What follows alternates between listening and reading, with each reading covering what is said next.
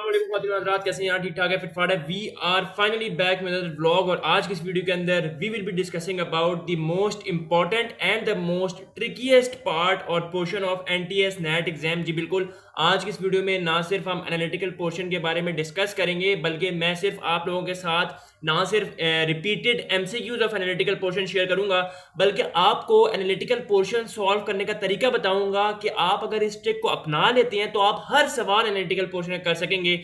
And ये मैं बात ऑन रिकॉर्ड और ऑन एयर कह रहा हूं कि अगर आप मेरे बताए हुए तरीके से और इस वीडियो को बगैर स्किप करे देखते हैं तो आप एनटीएस नेट के एनालिटिकल रीजनिंग के पोर्शन में 100% अचीव कर सकते हैं और अपना बेस्ट दे सकते हैं। जी बिल्कुल, आप ना सिर्फ 100% परफॉर्म कर सकते हैं लेकिन क्योंकि एनटीएस में एनालिटिकल पोर्शन के 1.5 नंबर होते हैं तो आप अपने नंबर्स को, अगर आपके 70 नंबर हैं तो आप उसको 92 93 पे लेके जा सकते हैं और आपका एग्रीगेट बूम हो जाएगा, यानी कि आपका एग्रीगेट जो है वो अराउंड 89 90 तक बन जाएगा। तो वीडियो को शुरू करने से पहले चैनल को सब्सक्राइब और बेल आइकन को प्रेस लाजमी कर लें। सबसे पहले तो हम ये बात कर लेते हैं कि आप में से बहुत से लोगों का सवाल जो मुझे देखने को मिला पिछली 2-3 वीडियो से कमेंट सेक्शन में, वो ये देखने को मिला कि इबाद भाई परसेंटाइल क्या होती है, क्योंकि बहुत से लोग एनटीएस में परसेंटाइल की बातें कर रहे होते हैं यूट्यूब पर, तो क्या परसेंटाइल मैटर करती है या नहीं करती। और दूसरा ये कि एग्रीगेट कैलकुलेट करते वक्त परसेंटाइल काउंट होती है या ऑब्टेन्ड मार्क्स जो आपने लिए होते हैं वो काउंट होते हैं।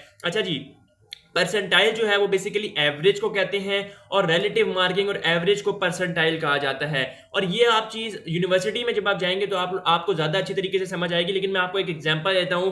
फॉर एग्जांपल, अगर 100 में से 50 बंदों ने टॉप किया है तो उसकी एवरेज कितनी बनेगी, तो एवरेज को परसेंटाइल का नाम दे दिया जाता है। अब बात करते हैं कि परसेंटाइल काउंट होती है एग्रीगेट में या total marks, obtained marks count होते हैं आउट ऑफ टोटल मार्क्स।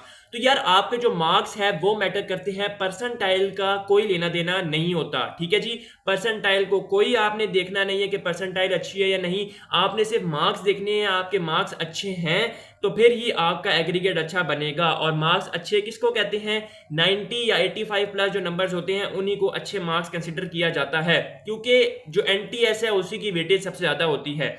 अब आप लोगों को डिवीजन के बारे में बता देता हूं कि एनटीएस के पेपर्स में डिवीजन किस तरह होती है। तो ये आप लोगों को मैं पहले भी बता चुका हूं कि एनालिटिकल पोर्शन के 20 एमसीक्यूज होते हैं and this is the most difficult portion of NTS NET exam according to each and every student. ठीक है जी, क्वांटिटेटिव जो है वो 20 एमसीक्यूज का होता है, ये मोस्ट ट्रिकीएस्ट पार्ट होता है, इंपॉर्टेंट भी है। और उसके बाद सब्जेक्ट जो है वो 30 नंबर का होता है। सब्जेक्ट में 3 पोर्शंस होते हैं, यानी कि फिजिक्स, केमिस्ट्री, मैथ्स। अगर आपका बायो है तो बायो आ जाएगा और आईसीएस है तो कंप्यूटर आ जाएगा। ठीक है जी, और इसी के अलावा इंग्लिश का जो पोर्शन होता है जिसको हम कहते हैं कि इसमें जो है आप पूरे नंबर ले सकते हैं अगर आप अच्छी इंग्लिश रखते हैं तो। टोटल कुल मिला के देखिए 20 20 30 और 20 ये 90 एमसीक्यूज बन जाते हैं और इसके टोटल नंबर जो होते हैं वो होते हैं आउट ऑफ 100 मार्क्स। इंशाल्लाह आज की इस वीडियो के बाद ना सिर्फ आप 90 प्लस नंबर्स ले सकेंगे बल्कि अगर आप ये एमसीक्यूज भी करके चले जाएंगे ना, जो मैं आप लोगों को कंप्यूटर की स्क्रीन पर दिखाने जा रहा हूं, और इस तरीके से बाकी एमसीक्यूज भी सॉल्व करेंगे एनालिटिकल के, तो आप एनालिटिकल में 100% अपना दे सकते हैं। अब देखिए एनालिटिकल का जो पोर्शन है वो 20 नंबर का होता है। ठीक है, 20 एमसीक्यूज पर मुश्तमिल होता है। ठीक है जी, अब इसमें कुछ रूल्स और स्ट्रेटजीज हैं जो कि आप लोगों ने याद रखनी है। पहली स्ट्रेटजी ये है कि हर क्वेश्चन में आपको एक कंडीशन दी जाती है। अब लोग क्या गलती करते हैं कि कंडीशन पढ़ ली पहले क्वेश्चन की तो समझते हैं कि सारी क्वेश्चन में यही कंडीशन है। नहीं भाई, ऐसा कोई नहीं है। हर क्वेश्चन की एक अलग कंडीशन दी होती है। हाँ, वो अलग बात है, क्वेश्चन के पार्ट्स होते हैं, वो मैं आप लोगों को दिखाऊंगा भी स्क्रीन पे, लेकिन हर क्वेश्चन की कंडीशन अलग होती है। फॉर एग्जांपल वो कहते हैं कि 6 घर बने हुए, इनमें से बताएं कि कौन सा घर पहले नंबर पे है। ये सारी चीजें मैं आप लोगों को बताऊंगा, ठीक है, और आप लोगों को स्क्रीन पर भी दिखाऊंगा। अच्छा, इसी के साथ साथ दो तीन चीजें जो कि मैंने आप लोगों के साथ डिस्कस भी करनी है वो भी डिस्कस करूंगा, लेकिन सबसे पहले आप लोगों को कंप्यूटर की स्क्रीन पर लेके चलते हैं और मुझे उम्मीद है कि आप लोगों को स्क्रीन शो हो गई होगी। सबसे पहले मैं खोल लेता हूं एमसीक्यूज। अच्छा जी, सबसे पहला जो एमसीक्यू है वो हमारा एनालिटिकल रीजनिंग। अभी जितने भी डिस्कस करूंगा एनालिटिकल रीजनिंग के, क्योंकि मोस्ट इंपॉर्टेंट और रिपीटेड है। ठीक है जी, 3 से 4 दफा रिपीट हो चुके हैं, तो आपने वीडियो लाजमी गौर से देखनी है। पहले एमसीक्यू में वो ये कहता है कि 6 racers RSTUV and W complete in a race such that no tie occurs. इस लाइन को समझे, वो ये कह रहा है कि 6 रेसर्स हैं, वो एक रेस कंप्लीट करते हैं, इस तरीके से कंप्लीट करते हैं कि किसी के दरमियान कोई टाई नहीं होता, यानी कि कोई ऐसा नहीं है कि ड्रॉ हो गया हो। ठीक है जी, अब नीचे दी हुई है कंडीशंस। ये जो कंडीशंस दी हुई हैं ये इसी क्वेश्चन के लिए हैं। क्वेश्चन 1 आपको ऊपर नजर आ रहा होगा, आप माउस पे मेरे गौर करें, तो ये सिर्फ इसी क्वेश्चन के लिए है। अगले क्वेश्चन की कंडीशंस अलग होंगी। इसमें कंडीशंस क्या कह रहा है? पहली कंडीशन ये कह रहा है कि एस डज नॉट विन, यानी कि एस नहीं जीता, एस नंबर 1 पे नहीं आया। दूसरी कंडीशन में वो कह रहा है only two race separates between U and V, यानी कि यू और वी के दरमियान दो रेस का जो है वो दो चीजों का सेपरेट था। R is behind U and V, इसका मतलब है कि जो आर है वो यू और वी से पीछे है। S is ahead of V with one racer intervening, ठीक है जी। And W is on the race, ये डब्ल्यू ऑन द रेस होगा, W is on the race नहीं होता कभी भी। अब इसकी आपने सबसे पहले क्या करना है, जब भी कोई आपने एनालिटिकल रीजनिंग का सवाल देखना है अपने सामने, फॉरन टेबल बना लेना है। टेबल कैसे बनेगा ये देखें, टेबल बना कैसे ये एक्सप्लेन करता हूं। अब देखें, अब टेबल टोटल 6 रेस है, इसका मतलब 6 पोजीशंस होंगे, तो मैंने लिख दिया 1 2 3 4 5 एंड 6, सिंपल। अब देखें पहली कंडीशन पढ़ते हैं, एस डज नॉट विन, जिसका मतलब है कि एस पहले नंबर पर नहीं आ सकता। इसको तो आप चलिए साइड पे कर दें, ठीक है जी। Only two race separates U and V, only two race separates U और वी, जिसका मतलब है कि यू और वी में दो और जो हैं वो रेसर्स हैं, ठीक है, दरमियान में, इनके दरमियान में। चलें ये चीज तो हमें समझ आ गई। R is behind U and V, ठीक है, आर जो है वो यू और वी से पीछे है, यानी कि जो वी है, ये वी आ गया, इससे पीछे क्या है, आर है हमारे पास। S is ahead of V with one racer intervening, S जो है वो वी से बड़ा है, वी से आगे है, लेकिन बीच में एक और रेसर भी है, इसीलिए एस जो है मैंने वी से पहले लिखा, और जो एक और रेसर था वो हमारे पास आ गया टी, ठीक है। और W on the race, W on the race का मतलब है डब्ल्यू जीत गया, डब्ल्यू सबसे पहले आ गया, तो जो बीच में चीज रह गई वो यू रह गई, यू को आप सेकंड नंबर पे लिख लें। मैं दोबारा बता देता हूं, W on the race 5 statement पढ़े, ये 1 आ गया, ठीक है। एस डज नॉट विन, ये तो समझ आती है कि नहीं है win. Only two race separates U and V, अब आपने टू रेस जो है दो रेसर्स दरमियान में है यू और वी के, ठीक है। S is ahead of V with one racer intervening, इसका मतलब एस वी से बड़ा है, लेकिन उससे एस के पीछे एक और भी जो है वो रेसर है, जो कि हमने टी इसको नाम दिया। टी क्यों दिया, क्योंकि आपको पता है कि आर जो है वो यू और वी से बिहाइंड है, इसलिए आर पीछे आ गया, टी आगे आ गया, और डब्ल्यू वैसे ही पहले में। Who is on 5th position, साफ नजर आ रहा है, V. How many racers separate R and W, R और डब्ल्यू कितने रेसर सेपरेट करे, U S T V, 4 racer separate करे, 4 is the right answer. The racer between T and V is, कोई भी रेसर नहीं है, none. If at the end of the race you disqualifies by the जज, S is finishing the race, S finish कर रहा है race को, नहीं फिनिश कर रहा रेस को तो यू फिनिश करेगा ना, अच्छा सॉरी, यू डिस्क्वालीफाई हो रहा है तो ऑब्वियसली एस जो है वो फिनिश कर देगा रेस को, लेकिन आप ये देखिए कि डब्ल्यू भी पहले है, ठीक है जी। तो एफ किस पे आ जाएगा, फिर सेकंड पे आ जाएगा, ठीक है। ये चीज आपने ध्यान में रखनी है, आई होप आपको समझ आ गई होगी। अच्छा जी, नेक्स्ट एमसीक्यू के बारे में आते हैं। नेक्स्ट एमसीक्यू पे ये कह रहा है, there are 7 persons A B C D E F G living in a street in the houses in the same line of the street, यानी कि एक स्ट्रीट बनी हुई है।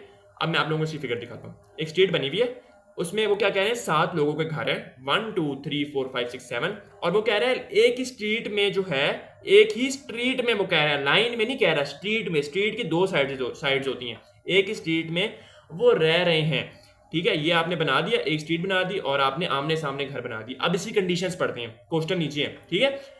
A house is at one of the corner, यानी कि a house एक corner पे है, यानी कि अब वो कॉर्नर कौन सा हो सकता है, उस साइड का भी कॉर्नर हो सकता है, लेफ्ट का और राइट का भी हो सकता है। तो ये देखें, एक मैंने ए इधर लगाया और एक मैंने ए इधर लिखा। F is the neighbor of G, चलिए तो अभी समझ नहीं आ रहा कि क्या G है किधर, इसको अभी साइड पे करें। There are 2 houses between A and G, ये भी नहीं समझ आ रहा। C is between E and G, ये कुछ समझ आ रहा है, कैसे, देखिए, C is between E and G, C जो है वो E और G के दरमियान है, ये देखें E इधर है, G इधर है और C यहाँ पे आ गया, ठीक है। और F is a neighbour of G, अब आप लोगों को समझ आ गया कि G के बाद F आएगा, G से पहले F नहीं आ सकता क्योंकि G से पहले C आ गया, ठीक है जी। अब एक और चीज आप पढ़े, there are 2 houses between A and G के दरमियान 2 हाउसेज थे जो कि फिल हो गए, E और C ने कर दिए फिल, ठीक है। There is 1 house between D and F, D and F के दरमियान एक हाउस है और जी 4th पे है, ठीक है, जी 4th पे है, ये हमें क्लियर पॉइंट हमें पता है कि जी 4th पे है, ए सबसे पहले है, ए और जी के दरमियान क्या आ रहा है, ए और जी के दरमियान ई और सी आ रहा है, ये मैं आप लोग देख भी सकते हैं क्योंकि लिखा हुआ है C is between E and जी, ठीक है जी। और ये ई कैसे आया ये भी आप लोगों को बताता हूँ। ये चीज आप लोगों को समझ आ गई। अब आते हैं इसके एमसीक्यूज की तरफ। एमसीक्यू में कह रहे हैं who live in the second order, यानी कि सेकंड ऑर्डर पे कौन रह रहा है। सेकंड ऑर्डर पे आप अगर देखें तो सेकंड ऑर्डर में कौन रह रहा है, D. D is the correct option. Who is in the middle, middle में आप देखें तो कौन है, 4 नंबर पे आप देखें तो जी है मिडल में, ठीक है जी, G is the correct option. Who is between B and G, B और जी के दरमियान कौन है, एफ है। बेशक आप दोनों साइड से देख लें, एफ ही है, ठीक है जी। There is a house between B and E, B और ई के दरमियान एक हाउस है, वो कौन सा है जनाब, ये बोल्ड क्यों हो गया, एक मिनट। बी और ई के दरमियान आप लोग देख सकते हैं कि 2 हाउसेस आ रहे हैं। Who is between B and G, sorry लिखा हुआ है, बी एंड जी में एक ही आ रहा है, वो है एफ, ठीक है। बेशक आप दोनों साइड से देख ले, बी और जी के दरमियान एफ आ रहे हैं, ठीक है। और लास्ट आप देख सकते हैं कि there are houses between B and D, कितने हाउसेस हैं, बी और डी के दरमियान कोई हाउस नहीं है, ठीक है जी। तो zero is the correct option. आप लोगों को उम्मीद करता हूं कि चीज समझ आ रही होगी जो मैं एक्सप्लेन करना चाह रहा हूं। नेक्स्ट एमसीक्यू की तरफ आते हैं। This is the most important MCQ. Read the given information carefully and answer the questions given below. 6 persons A B C D E and F, 6 persons हैं, 6 आदमी हैं, are sitting around a circular table facing the centre, ठीक है जी। Circular table है, 6 लोग हैं और facing the centre है, ठीक है। सी, अब ये देखें, आपने पहले एक तो एक सर्कल बना लिया, ठीक है। सर्कल बनाने के बाद आपने 6 बना लिया, ठीक है, सच दैट कि दोनों आपस में आमने सामने हो, ठीक है जी। ये देखें एफ और ई आमने सामने। ये बताता हूँ एफ और ई कैसे लिखें, पहले आप समझिए। पहले आपने खाली ये सर्कल बनाना है और 6 ये बना देने हैं, इसको आप लाइन्स कह लें, ठीक है जी। अब वो क्या कह रहा है, C is sitting exactly between A and F, यानी कि ए और एफ के दरमियान सी है। ये मैंने ए लिखा और ये एफ लिखा और दरमियान में सी लिख दिया। B is sitting 2 places to the left of E. अच्छा जी, अभी इसमें कुछ समझ नहीं आ रहा हमें कि क्या है, तो इसको अभी रोकें। D is sitting 2 places to the right of F, ये समझ आ रहा है। देखें एफ के 2 राइट करें, दूसरे नंबर पे जो है एफ के वो बैठ होगा, डी बैठेगा, ठीक है। एफ के बाद दूसरे नंबर पे डी बैठेगा, ठीक है। अब ये दूसरी वाली स्टेटमेंट पढ़े, B sitting 2 places to the left of E. 2 places to the left of E का मतलब है कि एफ तो ये है ना, तो ई इधर आ गया और बी इधर आ गया, सिंपल। समझ आ गई आप लोगों को। देखें एक राउंड टेबल बनाया, ए और एफ के दरमियान उसने कहा सी है, उसने ये कहा कि एफ के दो दूसरे नंबर पे जो बैठा होगा एफ के बाद राइट साइड पे, ये भी लिखा हुआ है राइट साइड पे, वो हमारे पास डी है, ये भी समझ आ गया। उसके बाद उसने लिखा कि ई के 2 लेफ्ट करें आप, ये लिखे B sitting 2 places left to the E, ठीक है जी। ये देखें ये भी है, बी बन गया, ठीक है। ये बहुत आसान है, कोई इसमें जो है वो डिफिकल्टी वाला काम नहीं है। ये हो गया टेबल, ठीक है। आप लोगों को समझ आ गई है, कमेंट में बताएं, ठीक है जी। अच्छा, अगर नहीं कुछ समझ आई तो आप पूछ भी सकते हैं। Between which 2 persons D is sitting, D कौन से लोगों के दरमियान बैठा हुआ है, ई और बी के दरमियान बैठा हुआ है। जब तक आप फिगर नहीं बनाएंगे आपसे एक एमसीक्यू भी सॉल्व नहीं होना। ई और B. Who is sitting opposite A, A के ऑपोजिट कौन बैठा हुआ है, बी बैठा हुआ है, ठीक है जी। ए के ऑपोजिट कौन बैठा हुआ है जी, बी बैठा हुआ है। ये मेरे ख्याल से नन ऑफ दीज क्यों हुआ है, आई डोंट थिंक सो कि ये नन ऑफ दीज होगा। ए के ऑपोजिट में तो बी बैठा हुआ है, ठीक है। Which of the followings are neighbours to his right, इसका आंसर आपने कमेंट में बताना है। Which of the followings are neighbours to his right, बहुत आसान है ये फिगर देखें, नेबर्स टू हिज राइट, ठीक है जी। अच्छा जी, आगे देखें, हु इज सिटिंग ऑपोजिट ई, ई के ऑपोजिट कौन बैठा हुआ है जी, ई के ऑपोजिट एफ है, तो ये एफ आ गया। Between which of the 2 persons is F sitting, F किन दो के दरमियान बैठा हुआ है, ये कमेंट में आप लोगों ने मुझे बताना है, ठीक है जी। ये आखिरी है जो कहते हैं जिसको एमसीक्यू, लेकिन ये मैं आप लोगों के ऊपर छोड़ता हूँ। ये आप लोग पॉज करें, इसको समझें और इसके आंसर मुझे कमेंट सेक्शन में बताएं। मैं देखता हूँ कि आप लोगों को समझ आई या नहीं आई। इसका मुझे आंसर आपने कंप्लीट बताने हैं कि पहले का ये है, दूसरे का ये है, तीसरे का ये है और चौथे का ये है, ठीक है जी। आपसे मैंने नेक्स्ट वीडियो में, और अगली वीडियो बहुत ज़्यादा इंपॉर्टेंट होने जा रही है, आपसे मैं नेक्स्ट वीडियो में, till then take care and अल्लाह हाफिज़।